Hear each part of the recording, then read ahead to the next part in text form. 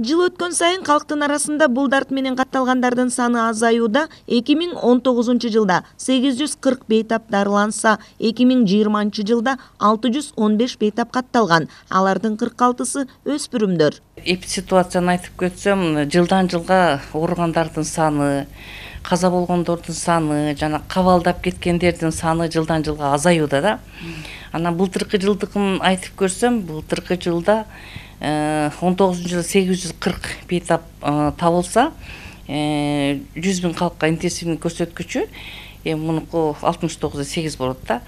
Ал эми 20 жылы 615 бейтап табылып, 100.000 калкка интенсивный көрсөткүчү 51 түзгөн да. 24 март бүткүл дүйнөлүк кургак-учукка каршы күрөшүү күнүнө карата илдеттин алдын алуу максатында калкка түшүндүрүү иштери жүргүзүлүүдө. Мындай иштер мечиттерде жана билим берүү мекемелеринде да аткарылууда. Жалал Абад областы боюнча өзү 17 бактериоскопический кабинет иштеп атат. 14 туберкулезный кабинет иштейт. Андан сырткары 4 жен эксперт аппарат. Жалал Абад мамлекеттик университетинин чоң жыйындар залында теманын алкагында жыйын уюштурулду. Теманын алкагында кенен баяндамалар жана маалыматтар берилди. Медицина факультетинин студенттери жана окутуучулары да кургак-учуктун жайылуусуна бөгөт коюуга даяр. Биздин Жалал Абад мамлекеттик университетинин студенттери да четте калбастан толугу менен катышып, ушул күнгө чейин мектептер арасында семинарларды өткөрүп келишти. 1-2, 6, 7 мектептерде болушту.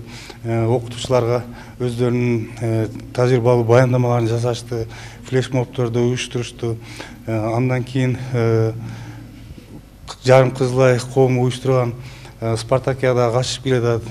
Бул уже баягы медфагыбыздын эжекелер агайлар арасында болуп атат.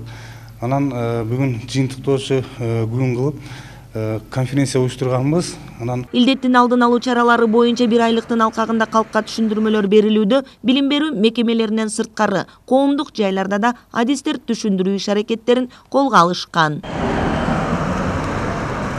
Кыял Сабирахунова, Алмамбет Кулушев, ЛТР, Жалал Абад облусунан.